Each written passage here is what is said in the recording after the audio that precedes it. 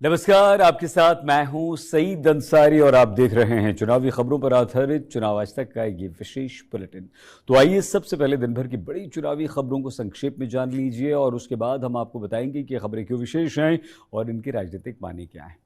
भ्रष्टाचार और paper leak के मुद्दों को लेकर कांग्रेस नेता सचिन पायलट की जन संघर्ष पदयात्रा चल रही है। उद्धव ठाकरे की याचिका पर शुक्रवार को सुप्रीम कोर्ट ने जो टिप्पणी की उसे लेकर ठाकरे ने एक बार फिर से शिंदे गुट को नैतिकता का पाठ पढ़ाते हुए हमला बोला। 13 मई को कर्नाटक विधानसभा चुनाव के परिणाम घोषित होने वाले हैं। कांग्रेस बीजेपी दोनों पार्टियों के नेता अपनी अपनी जीत का दावा कर रहे हैं। यूपी निकाय चुनावों की मतगणना के लिए सभी तैयारियां पूरी हो चुकी हैं। शनिवार को ही 1 लोकसभा 4 विधानसभा सीटों पर उपचुनाव के रिजल्ट भी आएंगे। तो आइए अब थोड़ा विस्तार से कुछ बड़ी खबरों को भी हम समझ लेते हैं। तो शुरुआत करते हैं राजस्थान से। भ्रष्टाचार पेपर लीक के मुद्दों को लेकर कांग्रेस के नेता सचिन पायलट की जन संघर्ष पदयात्रा चल रही है। इस यात्रा के द्वारा सचिन लगातार अपनी सरकार पर निशाना साध रहे हैं। पायलट ने कहा कि मुझ पर कोई लांछन लगाए मुझे परवाह नहीं, जनता जानती है कि उनका राजनीतिक सफर कैसा रहा है। सचिन पायलट ये यात्रा अवश्य कर रहे हैं भ्रष्टाचार के मुद्दे पर, लेकिन आरोप सीधा सीधा अपनी ही सरकार और अपने ही मुख्यमंत्री अशोक गहलोत पर। मुझ पर कोई भी लांछन लगाए मुझे परवाह नहीं है। लोग जानते हैं, जनता जानती है, मतदाता जानता है हम लोगों की राजनीति कैसी रही है। मैं पिछले 20-25 साल से पॉलिटिक्स में हूँ, मुझे बड़े बड़े जिम्मेदारी निभाने का मौका मिला, लेकिन आज मैं मानता हूँ कि राजस्थान के नौजवानों को, लोगों को उम्मीद है उन लोगों से जो जनता के बीच में रहते हैं। और ये जो करप्शन के इश्यूज हैं आज के नहीं है। मैं 1.5 साल से चिट्ठियां लिख रहा हूँ, मैं बात कर मेंशन, जैसे आपने कहा मेंशन भी किया, लेकिन मैं चाहता हूँ इस पर सरकार कार्रवाई करे। और ये द्वेषपूर्ण भावना से कार्रवाई करना नहीं चाहते हैं, किसी से कोई दुश्मनी नहीं है, लेकिन जो सैद्धांतिक इश्यूज है उसको हम उठा रहे हैं। राजस्थान में चुनाव से पहले गहलोत पायलट दोनों गुट शक्ति प्रदर्शन कर रहे हैं। कहा जा रहा है कि पायलट इस यात्रा में मिल रहे जन समर्थन के द्वारा कांग्रेस आलाकमान को अपनी शक्ति और लोकप्रियता का एहसास कराना चाहते हैं ताकि पार्टी में उनकी भूमिका तय हो। यह भी माना जा रहा है कि सचिन पायलट जल्द ही कोई बड़ा निर्णय भी ले सकते हैं। कांग्रेस आलाकमान से नाराज पायलट अपनी अलग पार्टी बना सकते हैं या फिर विधानसभा चुनाव में बतौर निर्दलीय उम्मीदवार चुनाव मैदान में उतर सकते हैं। दूसरी ओर सचिन की इस यात्रा को लेकर राजस्थान कांग्रेस अध्यक्ष गोविंद सिंह डोटासरा ने कहा कि पायलट की पदयात्रा उनकी निजी यात्रा है, इसका पार्टी से, संगठन से कोई लेना देना नहीं है। सुनिए गोविंद सिंह डोटासरा। संगठन की यात्रा नहीं है, मुझे बार बार कहने की शायद आवश्यकता नहीं है। क्या कौन क्या करेगा, किस तरीके से पार्टी को नफा होगा, नुकसान होगा, पार्टी आलाकमान इसके ऊपर पूरा मंथन करेगा। उसके बाद में जो निर्णय लेता हूँ पार्टी आलाकमान को लेना है। मैं केवल इतना कह सकता हूँ कि कांग्रेस प्रदेश के संगठन और एआईसीसी से किसी प्रकार की इस यात्रा की कोई अनुमति या कोई जानकारी नहीं है। ये मैं भी तो मैं जरूर जाऊंगा। इधर राजस्थान के पूर्व मुख्यमंत्री वसुंधरा राजे ने अशोक गहलोत और सचिन पायलट दोनों पर निशाना साधा। वसुंधरा ने कहा कि साल 2003 से लेकर अब तक अशोक गहलोत को कभी बहुमत नहीं मिला और इसलिए वो मुझे अपना सबसे बड़ा शत्रु और उनकी राह का कांटा मानते हैं। वसुंधरा राजे ने अशोक गहलोत पर निशाना साधा है, सचिन पायलट पर निशाना साधा है। कांग्रेस के बारे में उन्होंने कहा कि कांग्रेस को कभी वैसे तो पूर्ण बहुमत मिला नहीं। अशोक गहलोत को कहा कि वो सबसे बड़ा शत्रु मुझे ही मानते हैं। उनके राह का कांटा आज अगर कोई है तो हम ही लोग हैं। इसलिए उनकी कोई भी तारीफ के अंदर सद्भावना नहीं है, दुर्भावना है। इस चीज को समझने की सबको जरूरत है। अकेले एक महिला के ऊपर कितने निशाना साधोगे भाई, और कौन कौन लोग साधेंगे? जैसे मैंने अभी आपको कहा, स्वार्थ सिद्धि के लिए मेरी और निशाना साधो। पर याद आप लोगों को शायद ये नहीं है कि हनुमान चालीसा की एक चौपाई है जिसमें कहा गया है, सब सुख रही तुम्हारी सरना। क्या?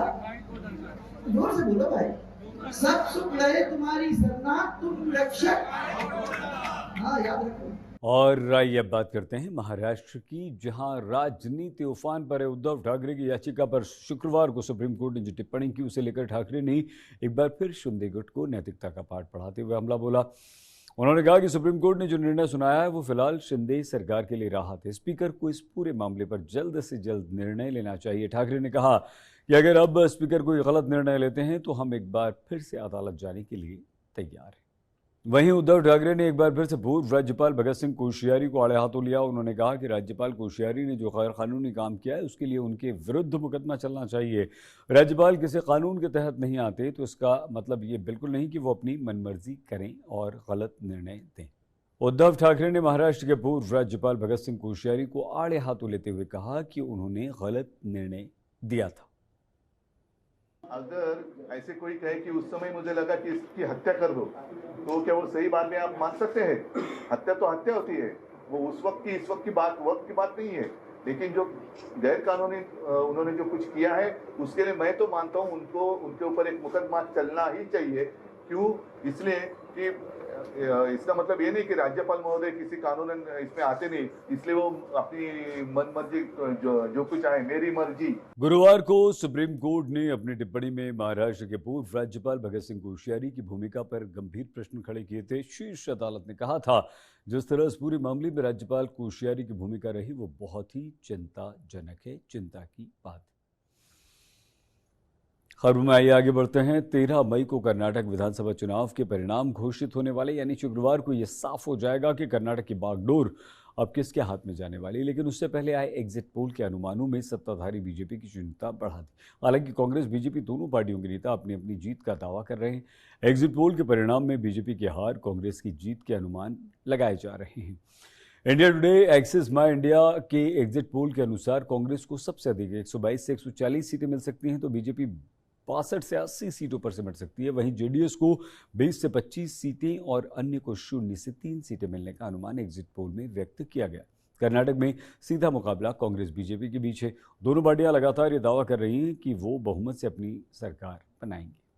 13 मई को यूपी निकाय चुनाव के परिणाम भी आने वाले हैं। मतगणना की सभी तैयारियां पूरी हो चुकी हैं। सुरक्षा के कड़े इंतजाम हैं। मुख्य विपक्षी पार्टी समाजवादी ने निकाय चुनाव में बड़ी जीत का दावा किया। एसपी विधायक मनोज पांडे ने कहा कि इस बार के निकाय चुनाव में बड़ा परिवर्तन देखने को मिलेगा। उन्होंने बीजेपी पर आरोप लगाया कि निकाय चुनाव के मतदान के दौरान कई जगह समाजवादी पार्टी के कार्यकर्ताओं को मतदान करने से रोका गया। अब बीजेपी मतगणना में भी धांधली कर रही है। मनोज पांडे के आरोप लगा रहे हैं, सुनिए। लोगों को और सरकार को यह लग रहा है कि जनता ने समाजवादी पार्टी के पक्ष में मतदान किया है, तो जहां मतदान को कई तरीके से डिस्टर्ब करके मतदान प्रतिशत को कम करने का प्रयास किया गया। आप इसके गवाह हैं कि पूरे उत्तर प्रदेश में कई अल्पसंख्यक क्षेत्रों में, कई समाजवादी पार्टी के जहां मतदाता थे उन क्षेत्रों में, कहीं लाठीचार्ज करके, कहीं कार्यकर्ताओं को, कहीं जो हमारे मतदान के हमारे एजेंट्स थे उन्हें उठाकर थाने में अकारण बंद किया गया, जिससे कि जहां हमारा मतदाता भयभीत हो वहीं हमारा मतदान भी प्रभावित हो। इसके तमाम उपाय मतदान के पहले भी किए गए।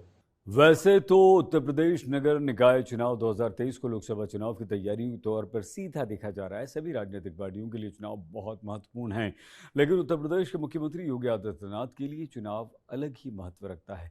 ये पहला चुनाव है जो बीजेपी अकेले योगी आदित्यनाथ की अगुवाई में लड़ रही है। इसका परिणाम जो भी आएगा उसका पूरा श्रेय सिर्फ और सिर्फ योगी को ही जाएगा। और आइए अब रुख करते हैं अगली खबर का। शनिवार को ही 1 लोकसभा सीट और 4 विधानसभा सीट पर उपचुनाव का रिजल्ट भी आएगा। पंजाब की जालंधर लोकसभा सीट, उत्तर प्रदेश के स्वार 96 सीट, उड़ीसा की झारसुगुड़ा, मेघालय की सोहियोंग सीट पर 10 मई को मतदान हुआ था। यूपी की स्वार विधानसभा पर सबकी निगाह टिकी। ये सीट तब खाली हुई थी जब आजम खान के बेटे अब्दुल्ला आजम खान को बर्खास्त किया गया था। वहीं 96 सीट अपना दल विधायक राहुल प्रकाश कोल की मौत के बाद खाली हुई थी। चुनावी खबरों पर हमारी इस विशेष पेशकश में आज के लिए बस इतना ही। आप प्लीज़ अपना बहुत ख्याल रखिएगा। चुनावी खबरों से जुड़े हर अपडेट के लिए आप जुड़े रहिए चुनाव आज तक के साथ और चैनल को सब्सक्राइब करना बिल्कुल मत भूलिएगा। नमस्कार।